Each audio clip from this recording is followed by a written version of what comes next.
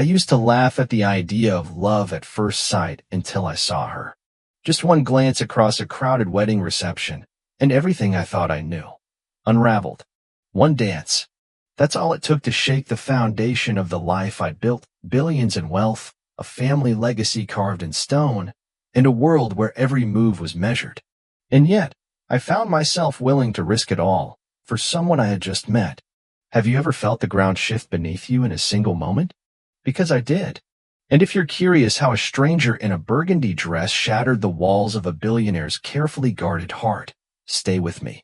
What happened that night didn't just change my future, it redefined what love really means. I checked my watch as I stepped out of my black SUV, nodding to the driver before straightening my custom tuxedo. Another weekend, another obligation. Ethan had been my friend since college, before I built my tech empire, before the billions, before my name became synonymous with success. His sister Lena's wedding wasn't something I could skip, no matter how exhausted I felt from back-to-back meetings in London. The venue was stunning, a converted chateau with gardens that seemed to stretch forever, fairy lights twinkling in the trees. I smiled politely as heads turned my way. That's the thing about wealth, it creates a bubble around you. People see the money, the power, the magazine covers, but rarely the person underneath. I handed my wedding gift to an attendant and grabbed a champagne flute, preparing for an evening of small talk and feigned interest. The ceremony was set to begin in the garden. I found my seat in the second row, exchanging pleasantries with faces I vaguely recognized from Ethan's birthday parties and holiday gatherings. That's when I saw her. She wasn't part of the wedding party, but she moved with purpose, camera in hand, capturing moments with an artist's eye. Her dark skin glowed in the afternoon sunlight, and she wore a simple burgundy dress that stood out among the pastels and neutrals of the other guests. Throughout the ceremony, I found my attention drifting from the bride and groom to the photographer moving quietly around the perimeter. At one point, she knelt to get a particular angle, and our eyes met for just a second. She didn't smile or look away, embarrassed like most people did when they caught me staring. Instead, she held my gaze with quiet confidence before returning to her work. The cocktail hour felt endless. I made the rounds, discussing market trends and golf scores, all while tracking her movement through the crowd. Finally, I found myself beside her at the bar. "Your camera looks serious," I said, immediately regretting such a bland opener. She laughed, a genuine sound that made me smile too. "It is. I'm Amara, friend of the bride, helping with photos as my gift." "Julian," I said, offering just my first name, a small experiment to see if she recognized me. She didn't react, just shook my hand firmly. "Just a friend, not a professional photographer?" I asked, noticing the expert way she handled her equipment. "Actually, I own a studio downtown, but today I'm here for Lena." Her eyes sparkled. "And you?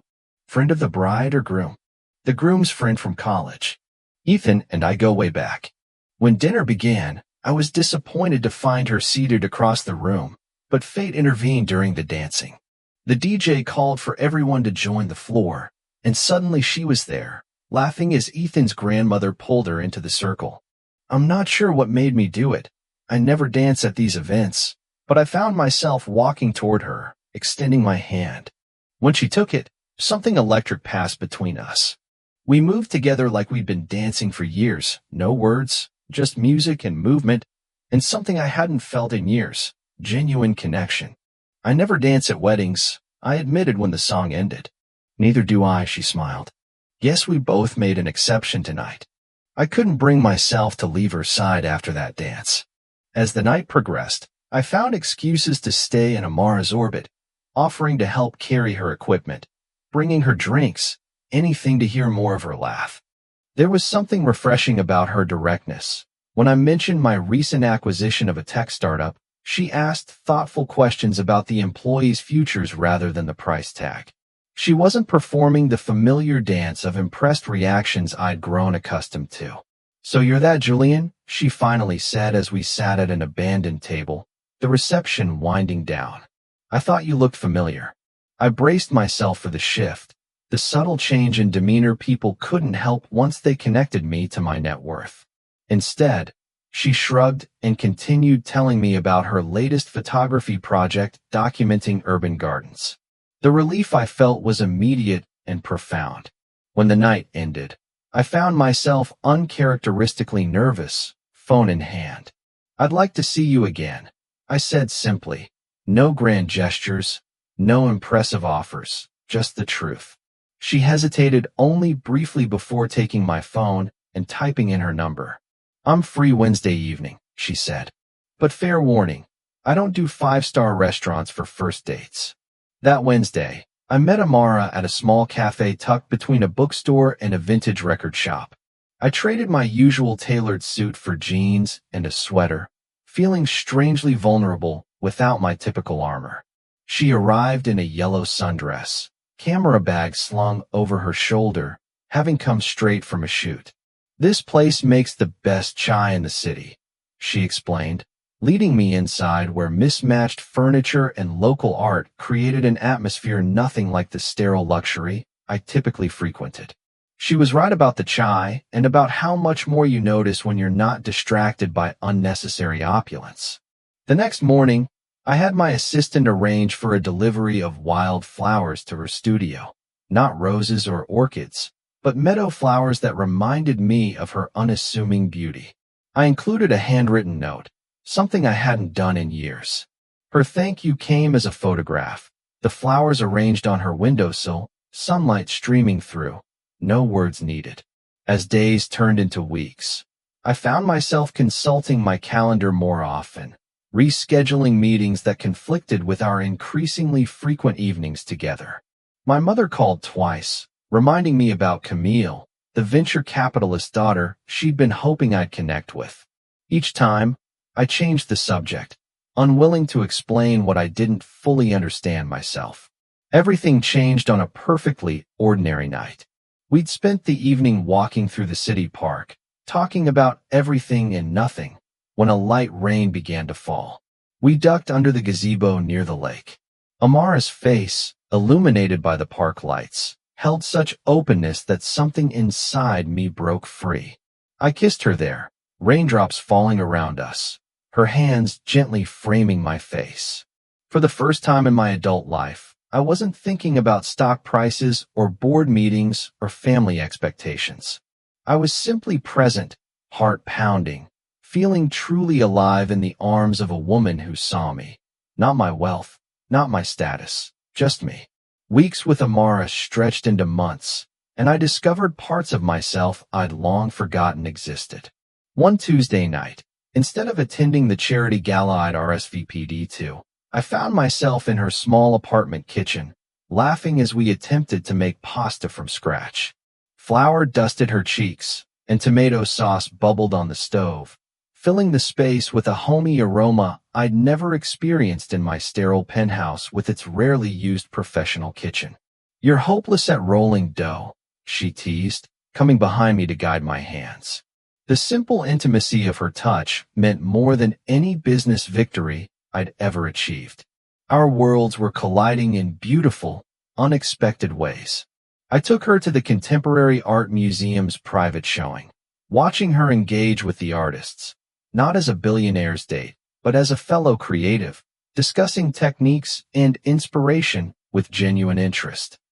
Later that week, she introduced me to her favorite hidden spots in the city, a jazz club in a basement where we danced close in the dim light, a rooftop garden where local photographers gathered at sunset, and a bookstore cafe where the owner knew her order by heart.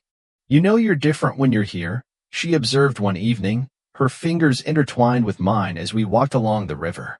"More relaxed, more you." Her observation stayed with me, echoing in my mind during board meetings and investor calls. I began to recognize the mask I'd worn for so long, the persona crafted for success that had slowly consumed the man underneath. When my mother's birthday approached, bringing with it the unavoidable family dinner, I surprised everyone, including myself, by asking Amara to join me. My family's estate, with its manicured grounds and century-old legacy, had always been my fortress. Now, I was bringing someone who challenged everything my parents valued. "They might not understand us," I warned her on the drive there. "Then help them see what I see in you," she replied. Dinner was exactly as tense as I'd anticipated. My father's questions probed Amara's background with thinly veiled judgment, while my mother maintained a polite chill. When my father mentioned the appropriate matches they'd always envisioned for me, something snapped. Amara is the best thing that's happened to me, I said firmly, reaching for her hand across the table. She sees me for who I am, not what I own. That's worth more than any business connection or social advantage. Later that night, standing in the garden where I'd played as a child, Amara wrapped her arms around me in a warm embrace that melted the tension from my shoulders. "Thank you for defending us," she whispered against my chest. Not everyone would have. 2 weeks later, I surprised her with tickets to a small coastal town known for its natural beauty and artist community. I'd bought out a beachfront cottage, simple but charming, with a deck overlooking the water. It was nothing like my usual luxury resorts and everything we needed. We spent days walking barefoot on the sand, evenings watching the sunset with local wine, and nights talking until dawn under a blanket of stars. Amara shared her childhood dreams, her struggles building her business as a Black woman in a competitive industry, and her fears of losing her creative vision to commercial success. I confessed my growing weariness with the emptiness of wealth without purpose, my fear that I'd never be loved for myself rather than my resources, and my secret desire to use my platform for meaningful change. In that cottage, with the sound of waves as our constant companion, I realized I was falling in love, not just with Amara, but with the person I was becoming beside her.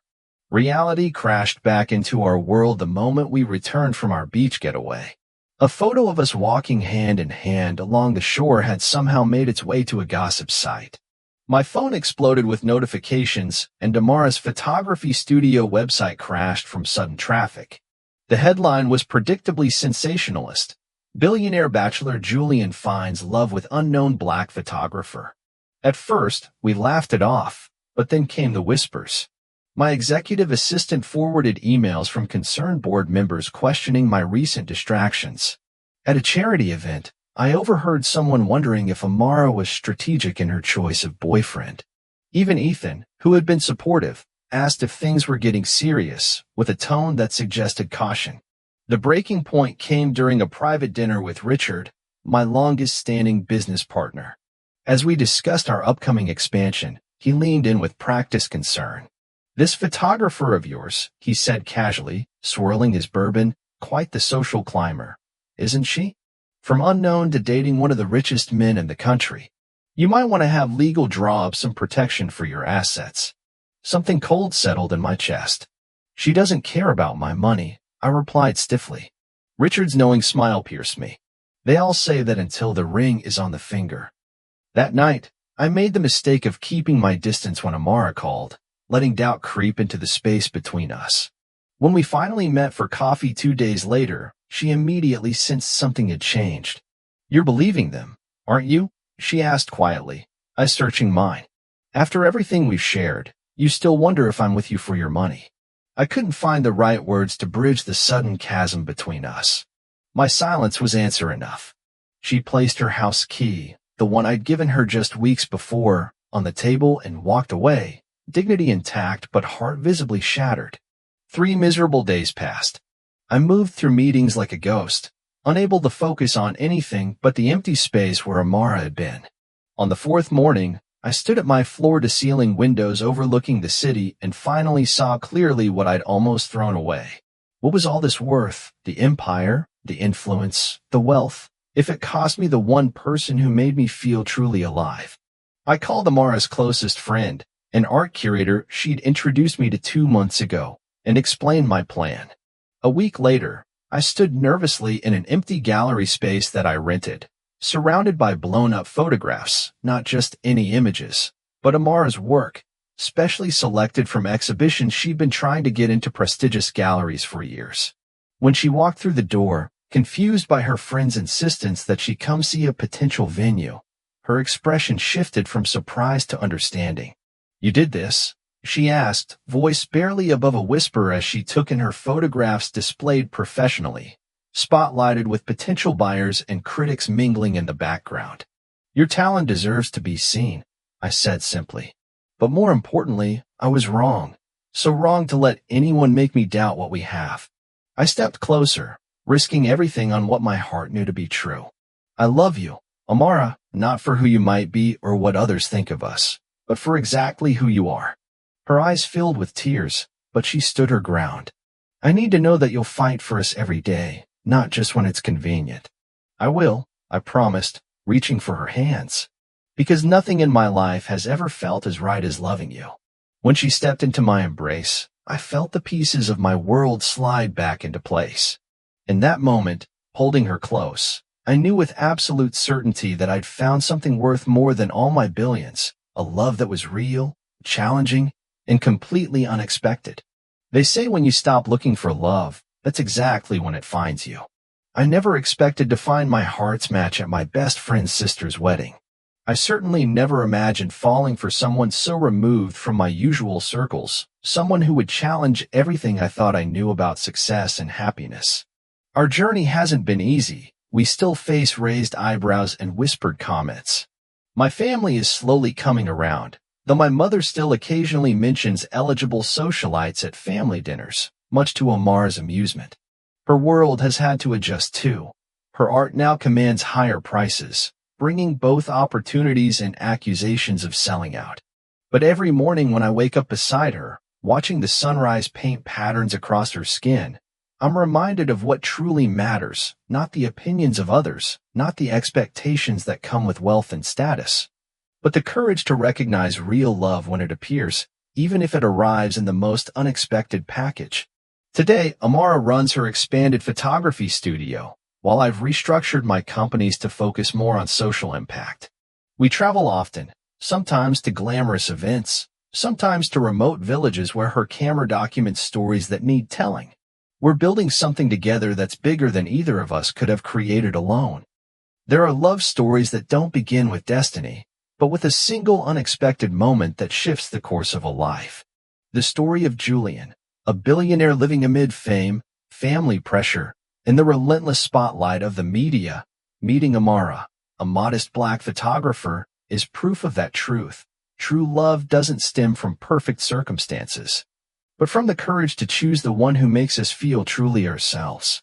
At first, Julian lived in a dazzling world that seemed to offer everything: wealth, power, and influence. But just one glance, one dance at a wedding, an event he had assumed to be nothing more than a meaningless social gathering, forced him to confront a deep emptiness within his soul. Amara wasn't impressed by his fame. She was quiet, independent, and deeply passionate about her art, and for the first time, Julian felt a connection unbound by status or fortune. But that love was far from easy. They were tested by judgmental stares, societal prejudice, cruel whispers, and above all, pressure from loved ones who claimed to want the best for him. Julian had to choose, to continue living inside the gilded cage of expectations, or to break through those barriers and hold on to the one woman who made him feel truly seen. Julian's biggest mistake wasn't hesitation, it was his silence in the face of others' doubt. But he refused to let that silence become the end of their story. He stood up, through action, not empty words, by organizing a photo exhibition for Amara, publicly affirming his love and respect, and proving that this woman didn't want him for his money, but for the parts of himself he had long forgotten. That journey offers us a powerful lesson. Love isn't about perfectly aligned circumstances, but about the meeting of two souls brave enough to overcome their differences. When we dare to choose the right person, we don't lose our freedom, we find ourselves again. If something in this story stirred that quiet place in you, the part that once paused, hesitated, or watched love pass by because it didn't fit the picture others painted, then hear this. The real danger isn't falling for someone the world never imagined for you. It's letting that love walk away while you stand frozen, trying to be who you were told to be.